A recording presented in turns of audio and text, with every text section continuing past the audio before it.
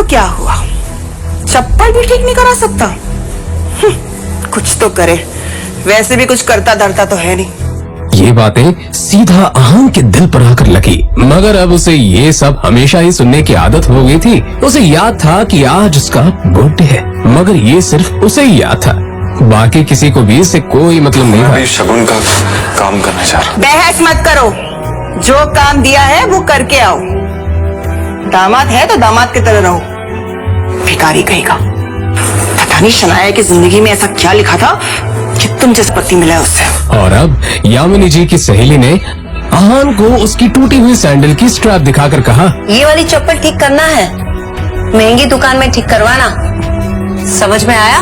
कहते हुए उसने अहान का हाथ उठाकर सैंडल उसके हाथ में पकड़ा दिया।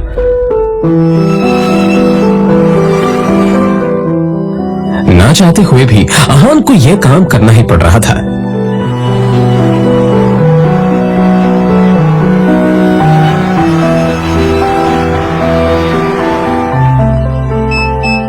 उसके मोबाइल पर उसकी बीवी शनाया ने मैसेज किया।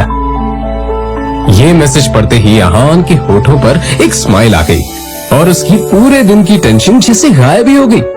आज पहली बार शनाया ने उसे ऑफिस बुलाया था। एक वही तो थी उसकी जिंदगी में जिसकी मुस्कुराहट देखकर वो खुद को जिंदा रखता था।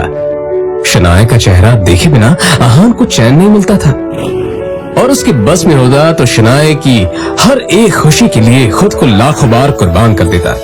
रास्ते में अहान को एक फूलों की दुकान मिली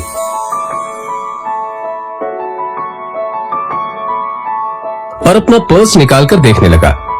उसमें सिर्फ 500 का एक नोट पड़ा हुआ था। जैसे ही अहान वापस मुड़ा तो उसे शगुन का काम और अपनी सास के दिए हुए काम याद आ गए। उसने एक नजर घूर कर उस सैंडल की तरफ देखा और कहा, माफ करना आंटीज और सासू माँ, आप लोगों को सादर प्रणाम।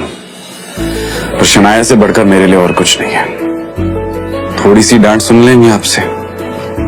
और फिर उस पैसे से अहान ने शनाया के लिए फूलों का वो बुके ले लिया। आज वो पहली बार गिल कंस्ट्रक्शन के ऑफिस जा रहा था, जो कंपनी गिल खानदान की थी। ये सोचकर आज वो फूला नहीं समा रहा था कि वहां उसका अच्छे से स्वागत होगा, कि तभी सामने से आने वाले एक आदमी से अहान टकरा गया। उसका नाम देव मल्होत्रा था। यू इडियट, दिखाई नहीं देता तुम्हें?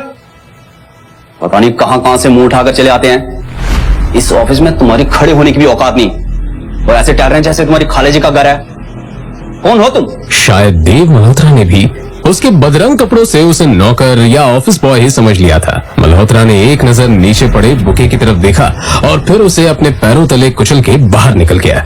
अहान ने अपना सर झुकाए बस उस बुके की तरफ देखा। उधर शनाया अंदर से ये नजारा देख रही थी। तभी अहान की नजर शनाया पर पड़ी तो एक पल के लिए वो अपनी बेइज्जती भूल गया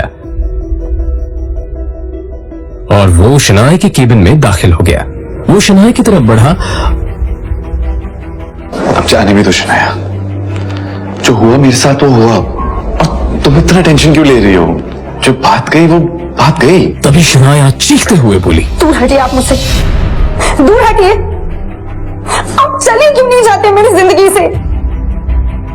नर्क बना रखी है मेरी जिंदगी। अहान को एकदम से झटका सा लगा। वो खुले मुंह से शनाया की तरफ देखता रह गया। तभी शनाया आगे बोली, पता नहीं कौन से बाबू की सजा मिल रही है मुझे। आप चाहते क्या? पापा ने हम दोनों की शादी जबरदस्ती करवाई थी, वरना आप तो कभी मेरे लायक थे ही नहीं। और आज भी आपको पति कहते हुए मुझे शर्म आती।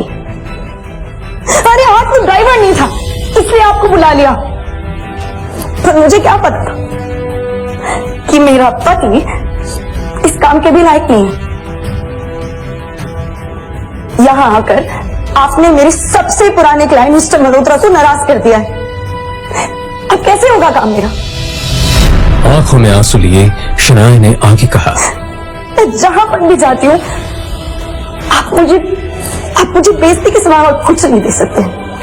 सिर्फ एक बदनुमा दाग बनकर रह गए आप मेरी जिंदगी पर। इतना कहकर शनाया केबिन के बाहर निकल आई। तभी रास्ते में पड़े बुके की तरफ देखकर शनाया ने कहा, क्या है ये सब? क्या गंदगी फैला रखी है यहाँ पर? फेंको इसे डस्टबिन में। फूल को अपने पैरों से कुचलते हुए आगे बढ़ गई।